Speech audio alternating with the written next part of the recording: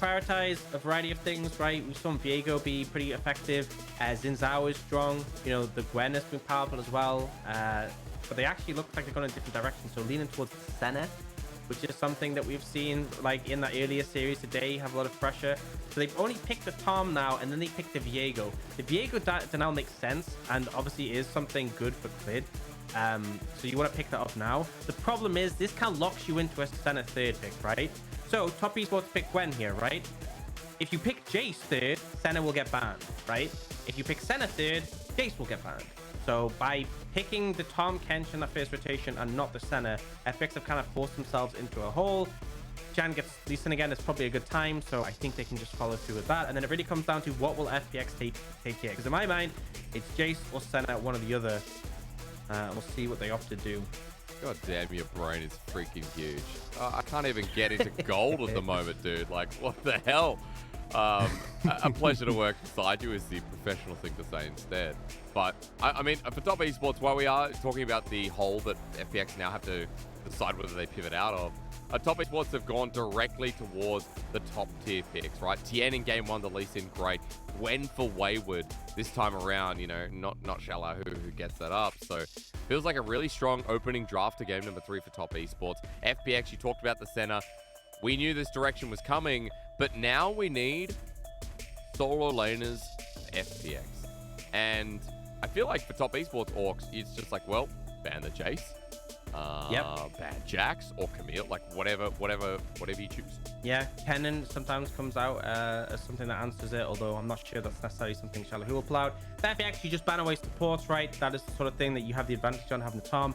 Jace ban, no real surprise, and that's kind of why it's really delicate, right? If you telegraph a pick on that red side, on that third pick, it gives you limited wiggle room. So I like how top esports have approached this. You know, they ban out the Leona. Nautilus could be a good one to follow up on this. We'll see what FPX opt for here. And then again, top esports, they do have a fair bit of range what they want to go for on this second ban. Yeah, okay, well, we'll see if it's one of those solo lanes. I like that, you know, we are shorting up the picks a little bit. Corki goes, which is nice. Guys, no Victor, no Corki pick. That's great. Always a good time. But Vex, is this the next part? So I think in this situation, leaving mid to ensure that you have a good matchup with Gori makes a lot of sense. You know you're going up against the Gwen. As much as we've seen Gwen flex in other regions, hasn't really happened in the LPL, and they obviously already have a Lee Sin. So toying with the idea of the Jax is able to answer the Gwen effectively in the later stages of the game. Decide though, they'd rather have the Graves. Something that is an interesting matchup because you'll have priority as the Graves, right? And you'll scale up pretty well. But if you make a mistake, Gwen can definitely just run you down and kill you. You sometimes see Graves even take Ghost to match the Ghost of Gwen to avoid that. By the way, looking towards top esports, they are toying with the idea of Enchanter, and I prefer Enchanters, right? You know, the Tahm Kench isn't the highest pressure engager. It's not Leona, it's not Nautilus. So why not pick a hyper-scaling Enchanter like the Lulu? It does mean you're lacking a bit of engage in your composition, right? Lee Sin isn't a great primary engage, and often LPL teams look for the support for that. But still, Jinx, Lulu, kind of nuts. The late game scaling really showing up already. And Orianna, just to round that out, I mean, that is so much shielding, so many buffs on 2 super scalers in Jinx and Gwen.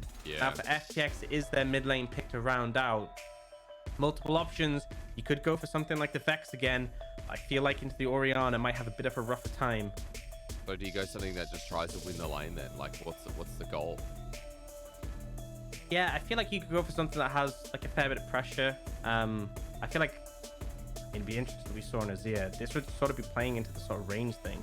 I feel like Orianna is just such a good blind at the moment. It's kind of hard to think of things like there's kill lanes on Orianna, but in terms of trading, she holds it pretty well. But Azir does outrange you, right? Azir is one of the few champions that can shove really well, outranges you quite effectively. And the critical thing is that top esports don't have the greatest engage, so you can kind of dissuade that. But I still think, right, Jinx, Lulu, they'll just run forwards and just fire rockets.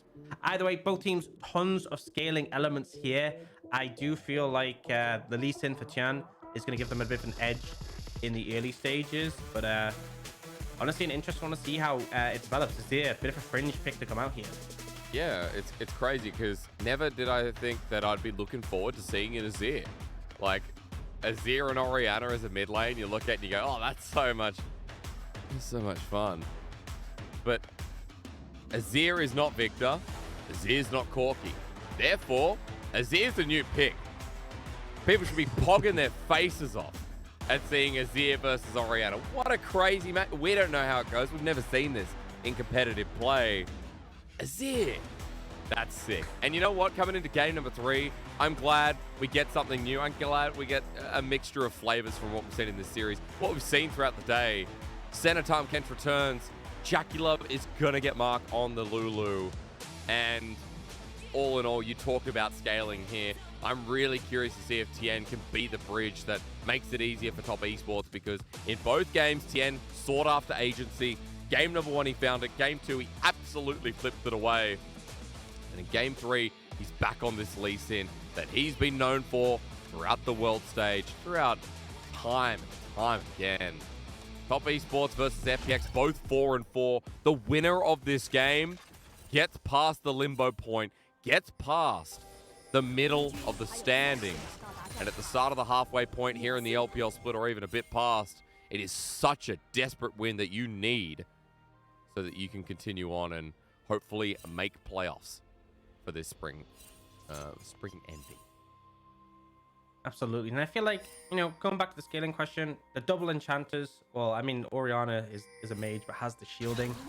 The Orianna and the Lulu combined with the Jinx Gwen, I feel like I give that the edge. Obviously, Senna is infinitely scaling. I don't think it's super clear cut, right? There's a lot of scaling elements on both sides. I think the big thing to talk about is priority in lanes. Top lane, we're going to see the Graves have priority. He just shoves so easily with his autos. Gwen might be able to contest level 1, but it does fall off quite a bit after that.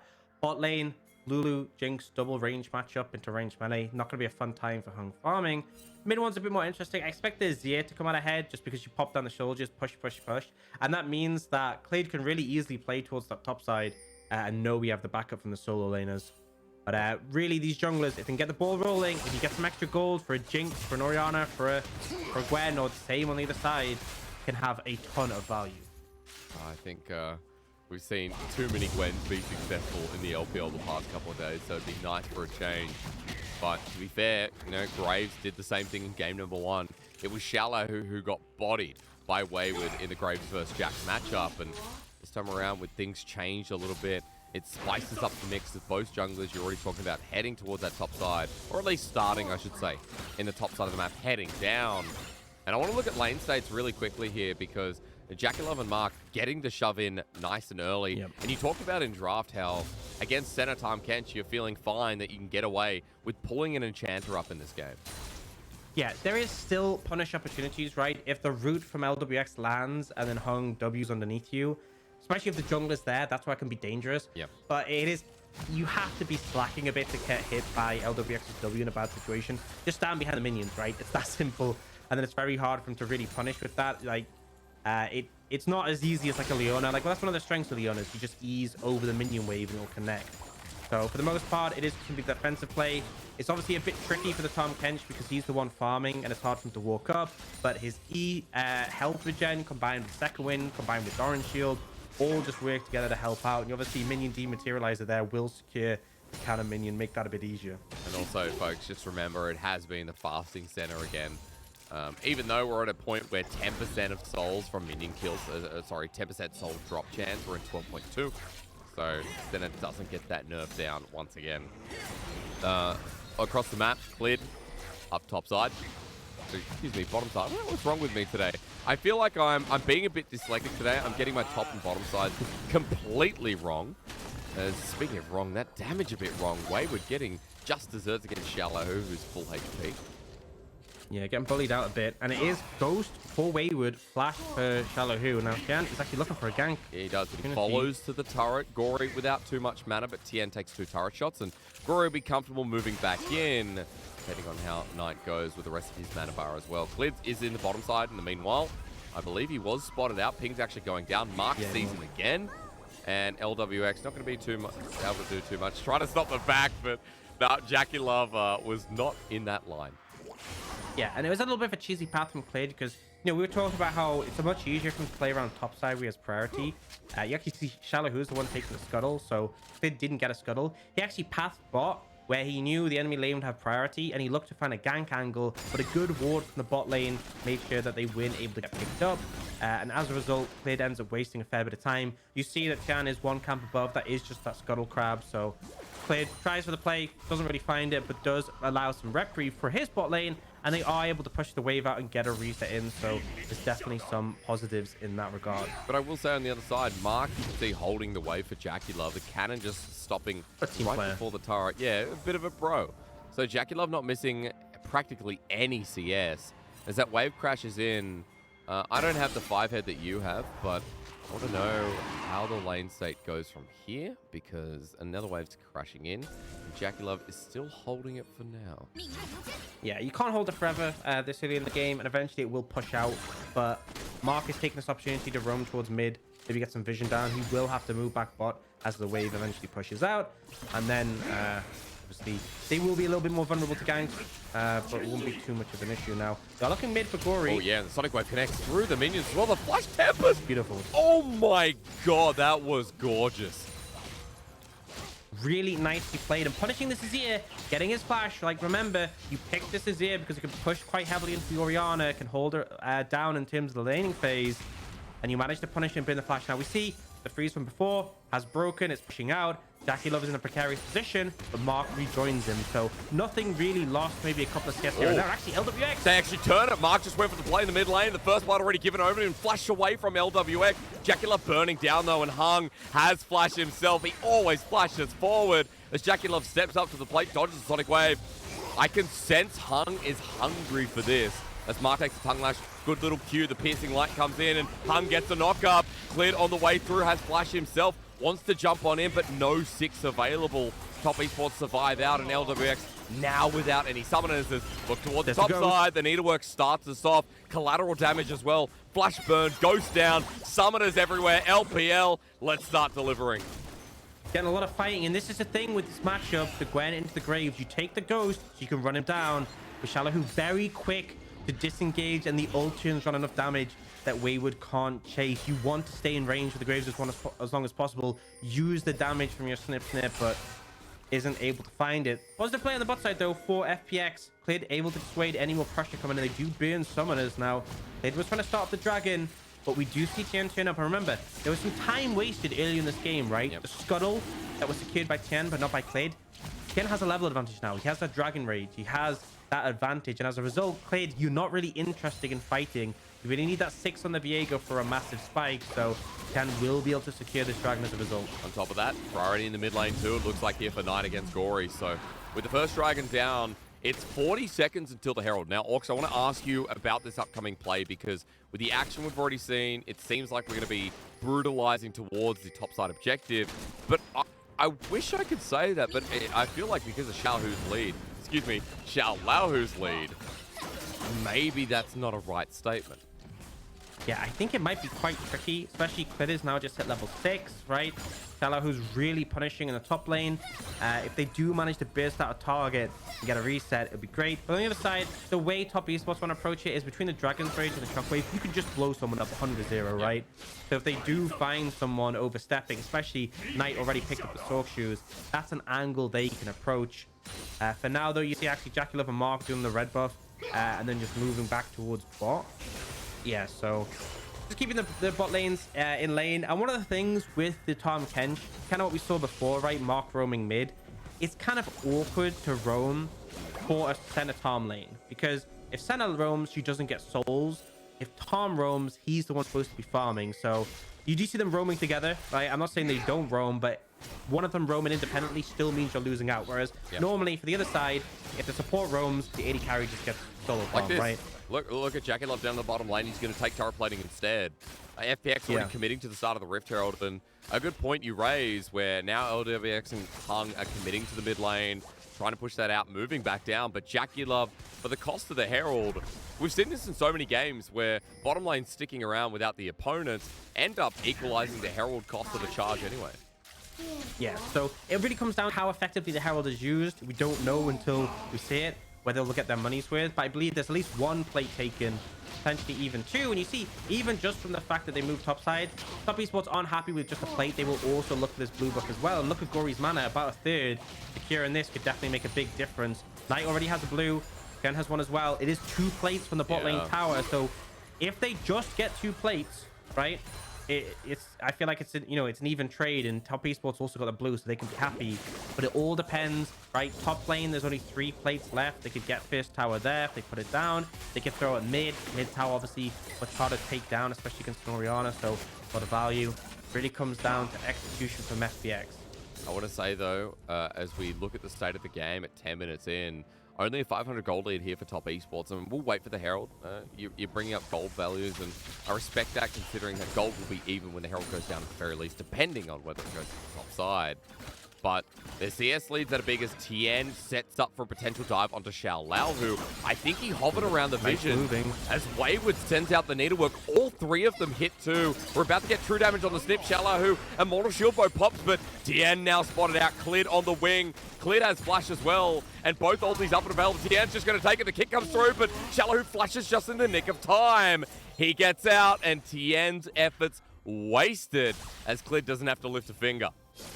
Wasn't even actually the flash from xiaolaohu, who doesn't have that available. Managed to dash to the side, right? Yeah. Really nicely played. Tian trying to be slick there, but they knew they had to make it quick. And xiaolaohu makes some great decisions, clearing the minion wave out, so they were forced to make a fast play, and then avoiding the kick from Tian. A lot better from top esports. Also saw Knight moving up there, so investing time and effort, all for nothing in that situation. And now, with the reset coming in from Wayward, talking about that 3 plates in the top lane, this is a perfect opportunity. And yes, top esports got 2 plates in the bot lane, but getting a whole tower is another beast. Yeah, it is. I mean, you opened this up discussion before. First tower of blood, gold share between Clid and xiaolaohu. Oh, look at 610. Look at the gold difference between top laners now, 1700.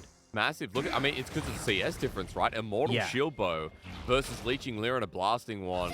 That's also executioner, cloak of agility, a dagger. Yeah. That's a big buyback. So we've seen Graves this series absolutely take over, and I think xiaolaohu heading in the same direction as we saw from Wayward in game 1. Yeah, and now 35 seconds on the dragon. FPX are moving over. Critically, Wayward is actually holding the wave there for a little bit, wanting to pick up some extra farm.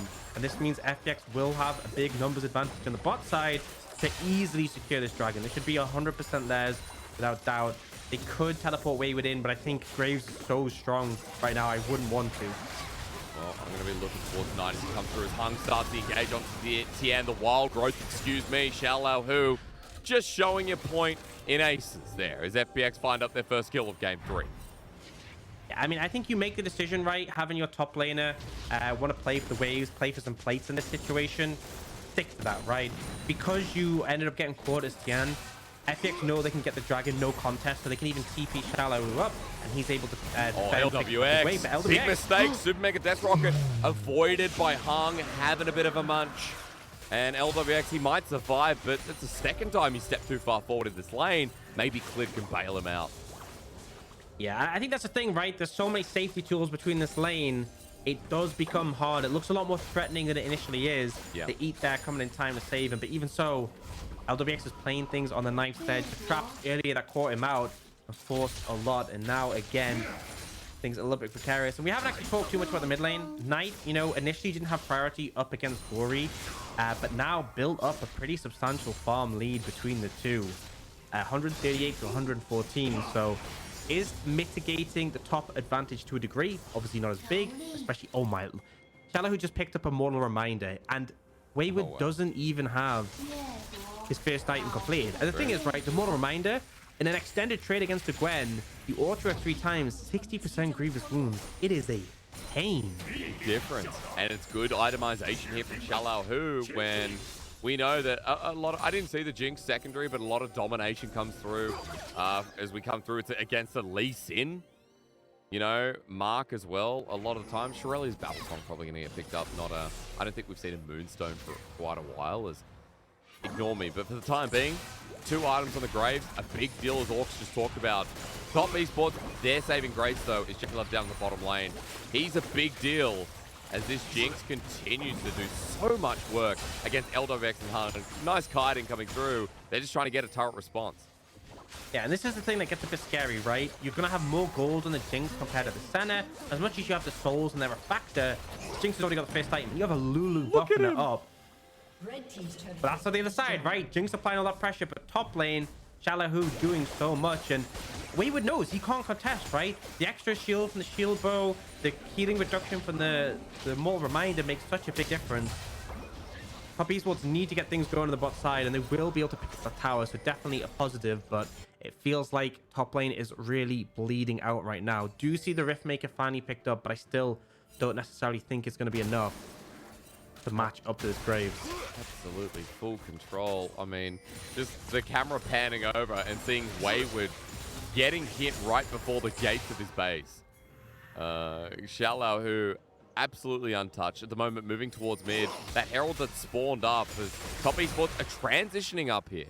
Now for Wayward taking a safe path, which is nice to see. It looks like top esports will be first on this Herald. First to pick it up, and I think the only contest coming through will just be for the bottom lane turret instead. Yeah, and the thing is, you know, it's a turret for a Herald, and a Herald will often lead to a turret. But I feel like the thing with the second Herald is it's not about the plates anymore. It's about getting a valuable turret. And mid-tier 1 often is that, especially against this tier, it becomes very difficult to take down a mid-tier 1. So yeah, I would like to see them use that there. And also, because of the pressure they have on the top side, you can see top esports getting some deep vision in the jungle that's been established by Knight and Mark. Stealing away some camps. It means JackeyLove free to match. So it isn't a tower for a Herald. It's a tower for a tower, and top esports with the bonus of the Herald. Dude, 100 kills take down as well. So Aux, we're into the mid game. We're trading turrets, and gold is practically, yes, it is even. Walk me through again. There's so much scaling on both of these squads. I want the specifics of next couple of fights around Dragon, setup, and all that kind of jazz, and what I need to be looking out for. I think the critical thing is that FPX have, you know, a lot of tools that in an extended fight can have a lot of value, right? If you get a kill, if Clint gets a reset and Graves is exceptionally strong, you can find a lot of momentum. I feel like, however, as the game goes on longer, that's where JackeyLove and Mark as a duo gets scarier. You can have the shield in from Knight. So I favor as the game goes on longer, I think top esports probably for me would pull out ahead. The only exceptions like Senna can obviously scale really well, but Jinx is just so strong right now. Yeah. But in this fight right now, I feel like FPX probably feel pretty confident. It comes down to, can you cash out a vital member, right? They have a bit more tools in terms of making things happen. They have the Streamer Shuffle as potential. If you land on a JackeyLove, it could just be a teamfight win. Whereas for top esports, ideal scenario, JackeyLove just has rockets out, off by Lulu. Just keep harassing like this. I mean, the confidence with the shield. I guess as well, Mark, another crucial target. The Lulu goes down. JackeyLove exposed.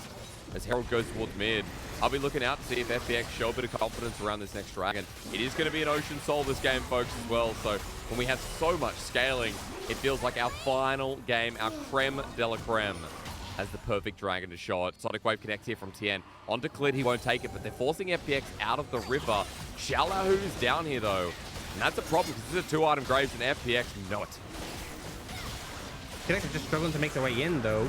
Yeah, but they're might come out here. It goes down. Shockwave onto xiaolaohu. Only one member, but they're in a choke. They're in a choke, and Sonic Wave connects once again. Tian tries to jump in, but he's being perked out by Lwx and Gori. But Gori goes down as JackeyLove now getting resets. He's enabled by 2 shields and a lot of love. Top esports 80 carry not taking any damage as FPX are still so low. Knight running forward. He's out of the shroud for now as Tian chasing up. And I thought FPX were going to bring up a lot more in that choke, but Aux, they had nothing to spare. Yeah, critical things is summoners were available for JackeyLove, so the Streamer Shuffle doesn't connect on the AD carry, and with Jinx still enabled, she's just so powerful right now. What is this? Oh, do you see Tian? Sonic Wave is going to be coming up and onto Clit, I guess, for now. Safeguarding in while Mark and JackeyLove join the play. Rest of FPX weren't expecting this. Mark gets rooted up. Tian survives after burning his own flash. So, Aux, continue with where you were going. Yeah, they don't get the kill, right? They don't get an initial kill, and we'll get to see the replay. So it's not an ideal spot because in this choke point, the Orianna is still threatening. xiaolaohu gets comboed, and then we get the Shurima Shuffle, but JackeyLove flashes it. That's a critical thing, right? And then they don't even kill Tian here. We get the kick back on the Azir. No reset for the Viego. And it's just prime position for top esports, right? Jinx is such a pivotal piece of their late game scale. Just the team fighting in general, right? The shields, you want to be buffing this Jinx. If she goes unchecked, it's gonna be rough. And that's why I feel like it's pretty hard for FPX. If you're going in those straight up 5v5s, and critically in that scenario, top esports had control of the area first. FPX were in this choke. Shockwave super scary. I think they need to rethink how they're approaching fight. Well, I mean, if JackeyLove's able to pull out mechanics like that, you know, again, I'm going to start talking him up in these upcoming fights. Missed the swoop and boop, but love the fact that Jackie was able to flash away and continue resetting up. As he's doing so much work, just runs down mid, Lwx and Hung, always on the defensive against him, as Knight is now the shield that's giving him a bit more love. Hey, Baron's coming up in about a second. Dragon up in 2 minutes 50. Top esports, you can see the game's really pivoted to them having control, getting some of this deep vision, clearing out. The map looking a lot more blue at this point, and top esports confident enough knowing that they've got mid control for now too. That's the scary thing, because like I said, I give the edge to top esports in terms of scaling. This double enchanter plus Jinx so difficult to deal with, and top esports are a team who actually know how to secure a Baron and close out. That's something FPX have shown they really struggle with. So FPX can't just meander through this one. I expect to come through later on. They need to be creative. They need to find angles. They need to punish JackeyLove when his flash is down. And that's the thing, right? What can happen a lot is flash, 5-minute cooldown. Dragon respawns in 5 minutes. So by the time there's a next forced fight, he'll have that summoner available again. If we get a repeat, it'll just be top esports winning another fight, getting another dragon in their pocket. All those ultis going to be up and available as well. Gori's flash is available for the swoop and poop once again. Slide and glide I like as well. I think swoop and poop dagger chain to xiaolaohu, gonna stop me and get Wayward instead. Right against the wall. Slowed down with the needlework though. And Wayward is gonna get out of there once more. Gwen shows what's up as Sadamumu comes through. That's right before Dragon, but Wayward didn't have to burn any summoners to get out. And we have the Chemtech Putrefier coming from Knight. I love this itemization because it's got pretty decent stats, right? Comparable to Morale-Nomicon. Weighted a little bit differently. Yep. But critically, it is the best Grievous Wounds item in terms of applying the 6% debuff. Because for Morale-Nomicon, they have to be under half HP. Can't always let that happen. For Mortal Remind, you have to auto 3 times, which is good in duels, but sucks in team fights. Putrefier, you shield an ally, and you both apply it. Oh, there's Gori with a flash against the wall. Mark is caught out, and so is JackeyLove. He gets a wild growth before going down, but reset for cleared. FPX's mid laner comes from Korea and joins the LPL with a how diddly ho. Really nice play coming out from FPX. Said if they wait till Dragon, the flash will be back up for JackeyLove. They won't be able to get too much from it. And now, with 5 members strong, they should go towards Baron. Whether you get the objective or not is one thing, but critically, they can snowball this, right? If top esports approach, they can look to turn. They have to be really cautious, though. They lost the last 50-50 in the previous game. They lose this one, it's doomed. Nice shockwave is going to be where I'm looking. Wayward jumping in. Needlework's back up and available. Tian off the back. Don't burger flip it here. Cleared on the side. Sonic Wave hits in. Smite coming down. It's stolen. FPX 1 for 1 in the series with the Barons. They may take down 2 with them, but Baron goes over to 3 members. FPX, why do you do this? Every single time. Every single time. It's just a flip. And last game they won. This game they lose. It's a Lee Sin as well, right? The Q, the Sonic Wave hit Baron, I believe. So he gets the extra execute damage. It didn't actually come down to that, but it's still so scrappy. So we have great engage, right? JackeyLove and Mark, they don't have backup. It's just the 2 of them. Too aggressive. And Gori finds this beautiful play. Slams them into the wall, actually, for the follow-up. So this is a good positive. This is what FPX should be doing. But then the Baron, no one's even got a ward over the wall, right? Like, that's bare minimum stuff you should be doing. No one's trying to interrupt him. No one's trying to stop him. Sonic Wave actually connects on the Baron, which makes it a lot easier to steal. But then, played actually getting knocked out the pit. Really good play coming out from Tian. And it's messy. And Lwx almost dead. I mean, the Super Mega Death Rocket blocked by Hung, but as we come back, remember, JackeyLove and Mark, who died before, spawned just before the Baron was stolen. So top esports have 3 Barons. They've got the gold lead now as well back in their pocket. They've got 3 dragons that they picked up off the reset as well, Orcs. And after what was a sick play from Gori, is thrown all away from a great steal from Tian. Again, it's the FPX Baron case, right? They can make good plays. They got good players. They just don't know how to set up these Barons, and it means Top Esports once again in position to control the double enchanter, shield, and JackeyLove. And as I was saying before, right? Instead of Future Fire, you shield JackeyLove. His next auto, 60% Grievous Wounds, really effective against the Viego, against the Graves with that shield bow. Even Senna as well has a fair bit of healing. So easy to apply that. And FPX will be contesting here, but you can see Top Esports, they lean Gwen to the top lane. FPX are grouping in this situation, and they'll lose their tier 2 top in return. Shield bot, Tian, flank, forces out the ult from Gori, and JackeyLove is going to get the movement speed to continue poking through. Tian's out of there, Wayward adds pressure towards the top side. Clid is actually on the angle as well, but he wants a flank towards mid, but spread out, and FPX now down with a couple of tools. This will open up mid as JackeyLove can't die. Remember, it doesn't matter. Lulu, Orianna, and Elise in, give him more shields.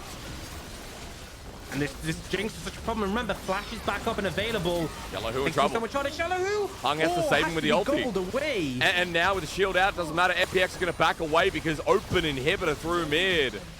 They can't do too much. Even on the wing, Clid's just been on the side for so long. And they know he's there because of the Shroud, right, thrown down. Fully aware of his position. They'll take the inhibitor tower, they'll back away. They're on a ward, so, I mean, yeah, you stop the reset. I'm not saying it doesn't have value, but there's nothing really on the map for you to take right now, and they will just walk away. Really feels like Top Esports has hit their stride, and it's a big problem dealing with his Jinx. JackeyLove resetting, about to pick up his Infinity Edge, I believe. Third item should come out. In fact, I think he's going to stay a bit longer to make sure he has enough gold. The FPX, they found that good play, but you have to do that again and again and again. And with JackeyLove's flash up and available, it is so much harder to do. Well, Gori's flash not up and available as well adds hard to a next level. 2 minutes till Dragon. That's going to be Ocean Soul, and FPX down here a little bit early, but more importantly, want the Death Rush to succeed because they're 3,000 gold behind. They know they've lost control of this game, and they just want Top Esports to give a little inch.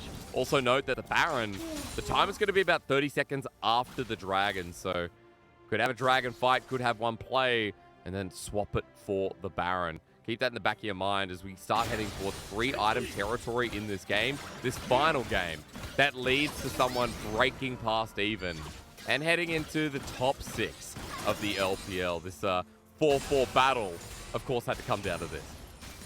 I think the big thing with that timer difference is Top Esports are in control. They can play this how they want. They can just wait until they're both alive, and then it puts FPX in a really difficult position, right? You go to the Dragon, it's not worth much to you, it's just second Dragon. But then the enemy team might get the Baron. But you go for the Baron and give up Soul, which is obviously huge, so definitely makes decisions a little bit difficult. And Top Esports, they are able to choose what they want to do. They could just force the Dragon fight immediately. Obviously, there's less threat when you're on a Dragon compared to a Baron. For now, they are trying to control there. Look at JackeyLove just charging forward. Doesn't care. Does not care with Mark having wild growth as well. Jumps onto Clid. Look at this in rocket form. Even though he doesn't do too much onto Hung, he will consistently be a fly in your ear. xiaolaohu now joining in as well. Wayward's there with the tier 2 turret though. 30 seconds towards the Dragon. Top Esports have cleared out vision in the river. Nothing there for FPX unless Clid's able to jump in now. He's going to try and get his comfort spot from this right side rush. And they just have to deal with JackeyLove. It's that simple. Yep. You have to find some way. He just have his flash. The shuffle connecting might be enough, but he is such a problem. Wayward might even just break the base. FPX getting chunked out by JackeyLove in a 5 versus 4. Wayward's not stopping his shockwave. Hits onto 3. Lwx in immediate danger as TP's being used to make it a 5v5. FPX with an inside track with Lwx still low, but onto Soul Point. Top Esports say thank you.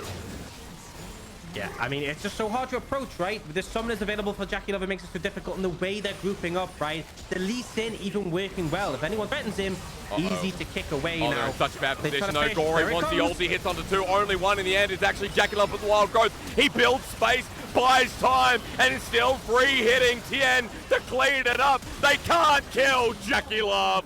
Top Esports are sick of being in the mediocre range in the LPL. They want to get past even and break into the top 6. Critical mass has been hit. They cannot deal with this Jinx. Even with, honestly, a great shuffle from Gori, they're not able to burst him out. He flashes out. He gets a shielding. He gets the ult from the Lulu. And with that, Top Esports going to be able to close out the game. Definitely a back-and-forth series. Both teams 4-4, but Top Esports. Maybe. Aux, LWX and Hung. I think they have this. 3 seconds. Gori up in 3 as well. It's going down pretty quick, but as LWX comes out, maybe you're right. Next star going down, and with that shockwave, it's imminent doom. You're right. Forget it. The gold matters so much more as the Nexus is exposed, and Top Esports destroy the Phoenix. 2-1 in week 6. Really convincing game playing around JackeyLove. And yeah, this series had a lot of back and forth. It's expected. These teams are both middle of the pack. Neither of them are flawless, but at the end of the day, Top Esports able to deliver and close this one out. Man, we had some pretty good Azir ults come through. We had some moments from FPX, but the shield comp onto JackeyLove, let him free hit, let him have a great time night and